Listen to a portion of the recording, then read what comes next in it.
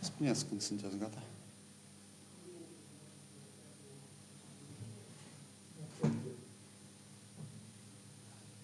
Putem începe? Bună ziua, stimați reprezentanți mass media. Astăzi am hotărât să venim în fața dumneavoastră să dezbatem o temă destul de importantă pentru Republica Moldova.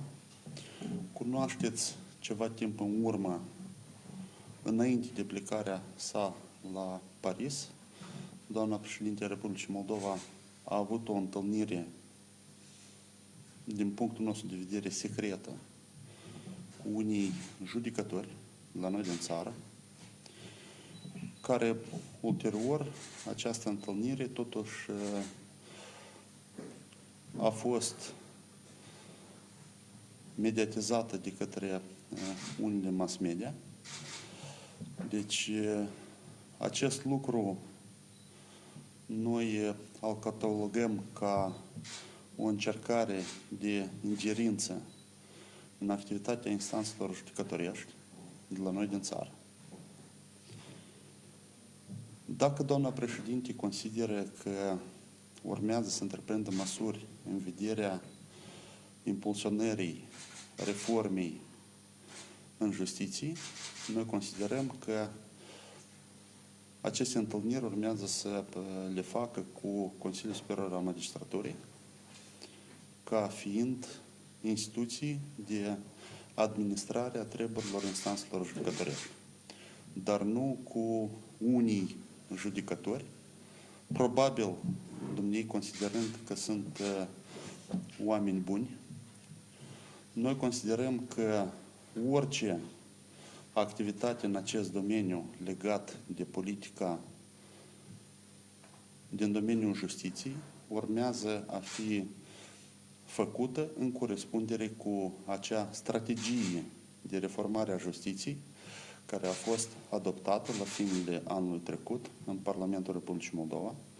O strategie care a fost, la ea s-a lucrat împreună cu experți internaționali pe platforma Ministerului Justiției și care a fost adoptată în Parlament, iar doamna președinte a solicitat de la Ministerul Justiției informații privind mersul acestei reforme și implementarea acestei strategii în practică. Ori întâlnirile așa la un ceai, la o cafea cu unii judecători, după mine și după părerea colegilor mei, este o acțiune care intră în detrimentul Constituției Republicii Moldova, care consfințește separarea puterilor în stat. Noi avem 3 puteri în stat care sunt separate una de alta, în același timp, aceste puteri trebuie să colaboreze una cu alta. Puterea legislativă, puterea executivă și puterea judecătorească. Aceste întâlniri secrete ne dau foarte multe întrebări. Este un eveniment care, după părerea noastră, ar trebui să fie mediatizat. Ori de fiecare dată când jurnaliștii au încercat să dea unele întrebări de concretizare referitor la acest subiect, președinția a tacut, nu a dat nicio reacție și nu a dat detalii de la această întâlnire. Dar detaliile noi le considerăm că societatea trebuie să le cunoască. Cine sunt acești judecători? Care au fost subiectele care au fost dezbătute la acea ședință? De ce anume unii judecători au fost chemați și nu s-a făcut pe platforma Consiliului Superior al Magistraturii? Dacă a fost înștiințat Consiliul Superior al Magistraturii referitor la această întâlnire, dacă acești judecători au venit la președinție în orele de program sau ei au fost chemați după orele de program. Și multe alte întrebări care noi considerăm că societatea trebuie să cunoască aceste lucruri, iar președinția trebuie să răspundă la aceste întrebări. Noi astăzi am pregătit o interpelare de deputat, colegul meu Grigore Novac. acum și o să-i dea citire, cu unele întrebări care le adresăm public administrației prezidențiale și în baza legii privind statutul deputatului în Parlament și în baza legii cu acces la informații, solicităm ca administrația prezidențială să răspundă la aceste întrebări, ca societatea să cunoască cine au fost acei oameni buni din sistemul judecătoresc care au participat la acea ședință, de ce această ședință a fost una secretă și ce anume s-a discutat la această ședință. Dacă îmi permiteți, Grigore, poftim. Bună ziua, stimați reprezentanți mass media. Eu astăzi deja am semnat o interpelare în adresa instituției prezidențiale, ținând cont de interesul sporit vis-a-vis de această întâlnire secretă care a fost organizată de către Maia Sandu. Pe parcursul săptămânii trecute, dar și a ultimilor zile, eu am fost personal întrebați de mai mulți jurnaliști dacă cunosc careva detalii vis-a-vis de această întâlnire secretă cu judecătorii. Eu am formulat în prezenta interpelare atât întrebările pe care le consideram eu oportun, dar în același timp am ținut cont și de doleanțele unor jurnaliști din Republica Moldova. Și ca să cunoașteți și dumneavoastră care sunt aceste întrebări formulate către administrația prezidențială, ce o să le dau citire. Eu în interpelare am făcut trimitere la legislația națională în vigoare, am făcut trimitere la câteva linkuri ale unor instituții medie din Republica Moldova care așa superficial au manifestat interes, dar și-au reflectat în baza informației pe care o aveau. Și pentru a avea mai multă informație la acest subiect, prima întrebare este care a fost scopul și agenda acestei întâlniri. 2. Cine concret din judecători au participat la această întâlnire? 3. De ce anume acești judecători au fost invitați și pe care criterii în principiu au fost selectați? Ce subiecte au fost supuse discuției la această întâlnire care a avut loc? Cine sunt angajații administrației prezidențiale care au mai participat la această întâlnire, în afară de Maia Sandu? Cum se coroborează principiul separării puterii în stat cu această întâlnire? 7. Au fost sau nu au fost informat Consiliul Superior al Magistraturii despre această chemare a judecătorilor la președinție? 8. Se află sau nu se află pe rol la acești judecători cauze administrative, civile sau penale de interes public, unde președinția sau persoane din administrația prezidențială este vizată. 9. Ținând cont de interesul sporit vis-a-vis de această întâlnire, de ce nu a fost informată presa, mass media? 10. Președinția Republicii Moldova o să mai facă astfel de chemări ale judecătorilor, ori dacă au convenit și la ulterioare întâlniri. Ca cel puțin, măcar dacă o să mai urmeze astfel de întâlniri, să cunoașteți și dumneavoastră cei din mass media, dar și societatea pe ansamblu. Noi înțelegem și putem citi printre rânduri care a fost scopul acestei întâlniri. Bănuim că este pusă o presiune anumită pe judecători. Noi, din partea Maiei Sandu, deja am asistat pe timpul când dumneavoastră era prim-ministrul Republicii Moldova, când, printr-o tentativă, a vrut cumva să-și supună Procuratura Republicii Moldova printr-o asumare de răspundere, care ulterior a fost declarată neconstituțională de către Curtea Constituțională a Republicii Moldova, dar și a fost criticată dur de către partenerii de dezvoltare a Republicii Moldova, partenerii externi, mă refer, europeni. A fost criticat destul de dur și criticile noastre în acea perioadă când spuneam că este o tentativă de supunere a procuraturii și o tentativă nedemocratică și contrar legislației în vigoare, iată că timpul a demonstrat că noi atunci am avut dreptate. Cam asta a fost subiectul de astăzi. Dacă aveți careva întrebări la subiect, vă rog. Oksana Dodna, Canal 5. Vreau să precizez dacă cunoașteți și din alte surse întrebări sau utilizați doar pe 5 Nu, eu vreau să vă zic că săptămâna trecută, chiar inclusiv deputații în Parlament, când a avut loc prima ședință a Parlamentului, se discuta activ, eu vorbesc de colegii din alte fracțiuni, deci nu vorbesc de, că am discutat cumva colegii din fracțiunea socialiștilor.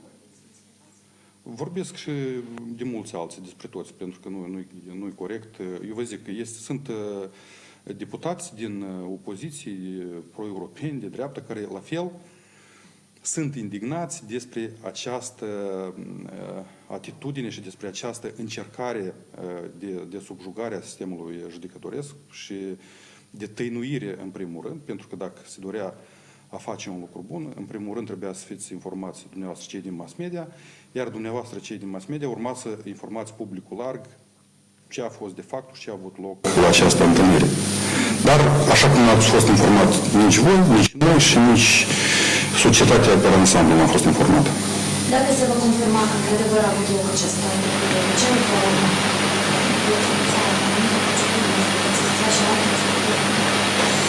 În primul rând, dacă îmi permiteți, judecătorii au anumite atribuții de serviciu. Dacă urmează judecătorul să fie chemat la raport sau să fie făcut o evaluare a judecătorului, aceste lucruri se fac prin intermediul Consiliului Superior al Magistraturii și prin intermediul colegilor disciplinar, colegii de evaluare și mai departe. Nu se admite ingerința fie și a președinției în activitatea judecătorilor. De ce una din întrebări Noi am dat-o, dacă se află pe rolul acestor judecători, că nu știm la număr cât sunt, au apărut în unele surse mass media, probabil că informații din interior, referitor la unele nume, da, a unor judecători. Se vorbea despre Viorica Puică, despre Aliona Miron, dacă nu greșesc, alți judecători. Vrem să aflăm toată informația, toată lista acestor judecători. Vrem să aflăm dacă pe rolul în examinare la acest judecător se află cauze care reprezintă un interes public, cauze dacă sunt, unde sunt vizați persoane din cadrul președinției sau instituția prezidențială, ca să vedem, să colaborăm aceste informații cu acele răspunsuri referitor la scopul și agenda acestor întâlniri. Deoarece, după părerea mea, eu nu țin minte în istorie când instituția prezidențială chema la raport, da, aparte unii judecători. Ce are de discutat doamna Maia Sandu cu unii judecători? De ce anume acești judecători au fost aleși? Să vină să participe la discuții. Care a fost această agenda și necesitatea acestor discuții? Ori dacă noi vorbim, și eu cred că una din scopuri, da, o să fie vociferat că vrem să reformăm justiția și așa mai departe, deci reforma justiției se face în colaborare cu Ministerul Justiției. Reforma justiției se face în colaborare cu Consiliul Superior al Magistraturii, cu Consiliul Superior al Procuraturii, deci cu aceste instituții care reprezintă, de fapt, instanțele judecătorești pe ansamblu și pe organul procuraturii. Deci dacă se dorește o colaborare interinstituțională, deci cu aceste instituții urmează președinția să discute acest subiect în parte. Dar când este vorba că sunt chemați unii judecători, mai mult ca atât, dacă vorbim despre aceste două familii, dacă ele într-adevăr au participat la acea ședință, eu vreau să vă spun că pe rolul Comisiei Juridice, Numiri și Imunități, se află aceste dosare privind numirea acestor judecători la Curtea Supremă de Justiție. Interesant este faptul că acești jucători au participat la dacă se va constata că acești jucători au participat la acea ședință. Și aici este și interesul public. Ce s-a discutat? De ce anume cu acești jucători? Dacă sunt careva cauze pe rău care reprezintă un interes major. Dacă vor fi chemați pe viitor tot acești jucători, sau poate lista va fi extinsă, a fost sau nu Consiliul Superior al Magistraturii înștiințat despre chemarea acestor jucători?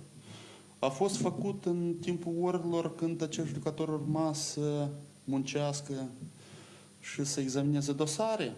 Sau a fost făcut după orele de muncă? Deci toate aceste lucruri reprezintă un interes major, sporit din partea societății. Și faptul că nu s-a dat în vileag, nu s-a ieșit măcar cu o declarație de presă, vorbește despre caracterul secret a acestor întâlniri. Ori, după părerea noastră, într-adevăr, se încalcă principiul separației puterilor în stat, se încalcă Constituția în toate aceste acțiuni a doamnei președinte. Și vrem un răspuns concret din partea dumneavoastră. Și mai am o întrebare despre programul de guvernare a domnului Bădăliță. El a fost publicat la citit și ce părere aveți despre Consiliul? Dacă, la drept vorbind, am reușit că acest program a venit abia aseară, în jurul orelor 5. Am citit doar capitolul reforma justiției și lupta cu corupția, unde am văzut niște chestiuni legate de reforma în justiție. Mie mi s-a părut că se încearcă a fi eliberați, da, înlăturați toți judecătorii și toți procurorii de la noi din țară, invitați așa numiți experți internaționali care să ducă dosare, care să facă justiție.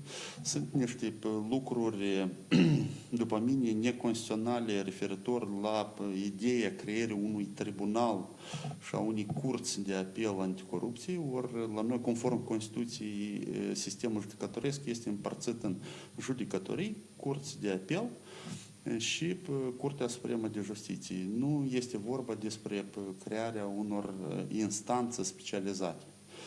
Este specializarea judecătorilor în anumite materii, da? În dosare civile, administrative, penale și așa mai departe. Dar instanțe specializate, deci crearea acestor instanțe specializate nu este prevăzută de Constituție. Dar referitor la acest lucru, probabil că o să discutăm la ședința Parlamentului atunci când va veni doamna prim-ministru desemnat, da, doamna Găvărliță, și candidații la funcția de ministri. Ceea ce am remarcat la prima vedere, deci în setul documentelor care au fost depuse, care au venit în Comisia Juridică, Numeri și Imunități, deci a fost prezentat doar programul, a fost prezentat CV-urile, da, candidaților, și un proiect de hotărâre semnat de domnul Litvinenko, ca și deputat, privind investirea în funcții acestui guvern. Interesant este... Investirea sau în funcții? Da. Colegii acum vorbesc despre faptul că guvernul nu trebuie să fie investit, dar în același timp vin cu proiect de hotărâre semnat personal de domnul Litvinenko privire la investirea guvernului în funcții. La prima vedere nu au fost depuse alte documente care sunt necesare pentru ca Comisia Juridică să examineze compatibilitatea acestor candidați cu funcțiile care sunt propuse, în care se propune să fie ei numiți.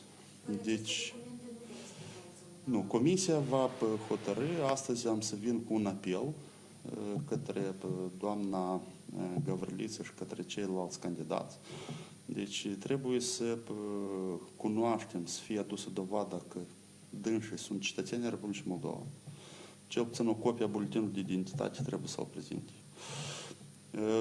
Mai sunt și unele caziere care atestă faptul că ei nu au încălcat în trecut legislația penală, da, cazierul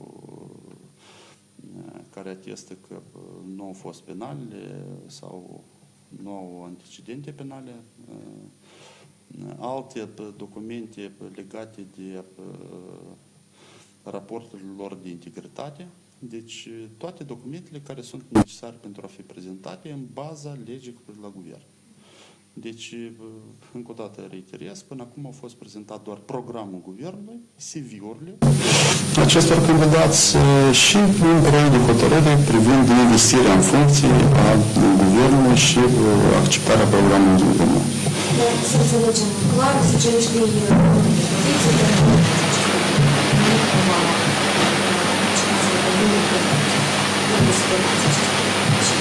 Deci, referitor la acest lucru, cum și-a declarat președintele partidului, discuții vom avea în cadrul fracțiunii și decizia urmează să fie luată de executivul politic. Evident că o să vină și propuneri din partea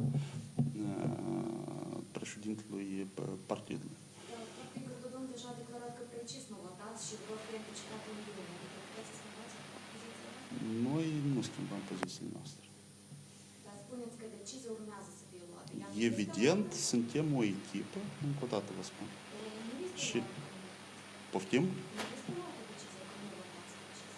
De ceea ce a declarat domnul președinte, să luați în considerare lucrurile respective.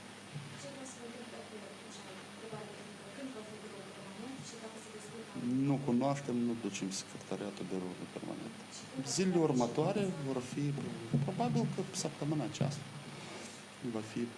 vor fi certitudine ședințele Parlamentului și probabil că va veni și doamna Gavriliță împreună cu candidații la funcția de ministru. Vă mulțumim, o zi bună!